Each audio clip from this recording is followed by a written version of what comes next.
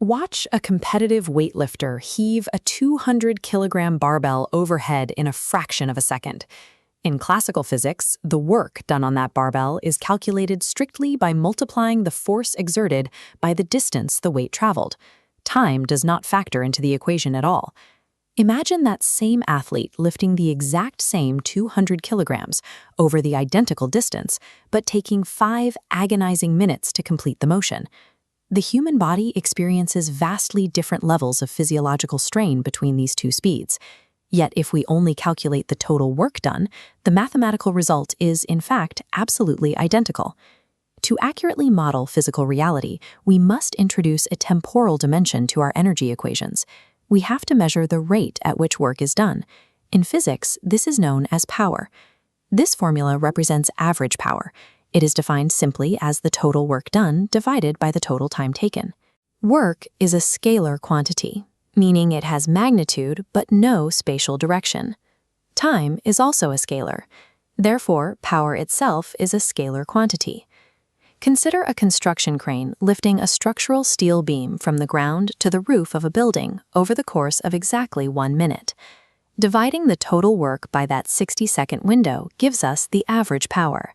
It mathematically averages out all the micro-stutters, sudden accelerations, and mid-air pauses the crane makes during the lift. Average power is highly useful for broad engineering overviews. It fails entirely, however, to describe the volatile, moment-to-moment reality of moving systems where forces are constantly fluctuating. The mathematical challenge becomes quantifying the power output of a system at an exact, frozen, infinitely small moment in time. To do this, we use the calculus concept of limits.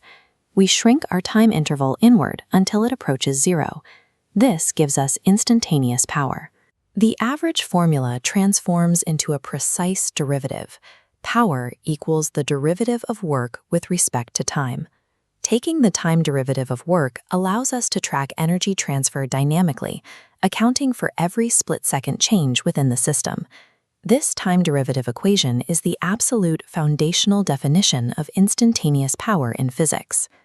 To understand power at this microscopic level, we must break apart the work variable and look at the actual forces causing the movement. An infinitesimal amount of work, dW, is defined as the dot product of a force vector and an infinitesimal displacement vector, dr. Substituting this expanded definition back into our instantaneous power derivative isolates the displacement over time. This isolated term, the rate of change of displacement, is exactly how we define instantaneous velocity. Instantaneous power is equal to the scalar dot product of force and velocity. The consequence of the scalar product is geometric. To maximize power, the force applied and the resulting velocity must be aligned in the exact same direction. This equation bridges two disciplines perfectly.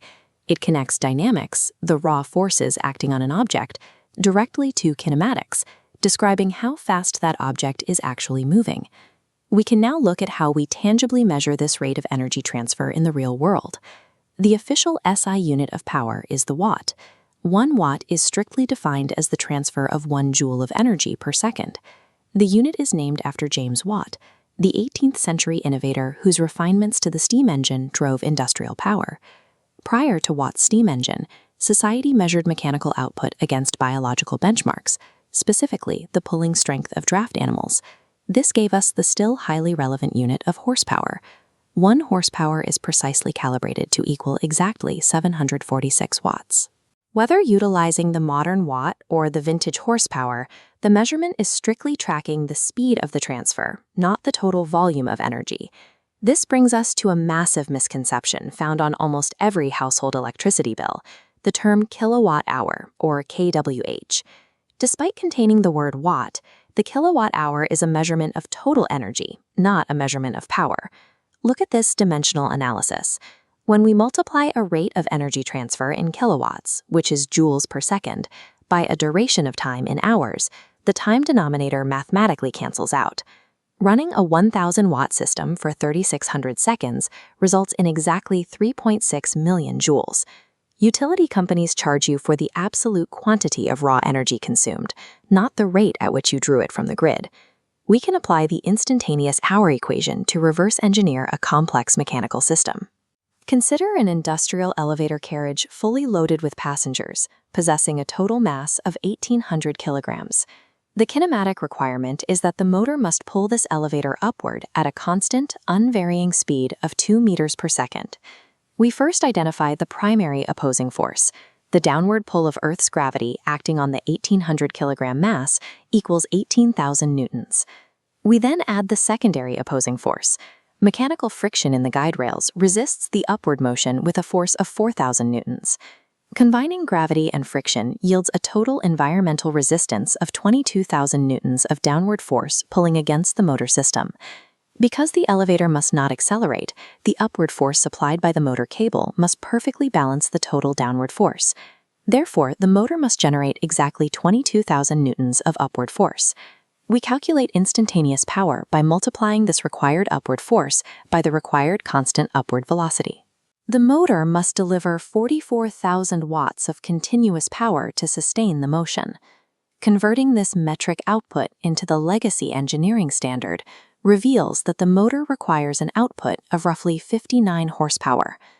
By mastering the calculus of power, physicists and engineers can dictate the exact mechanical requirements to overcome gravity, turning abstract equations into physical movement.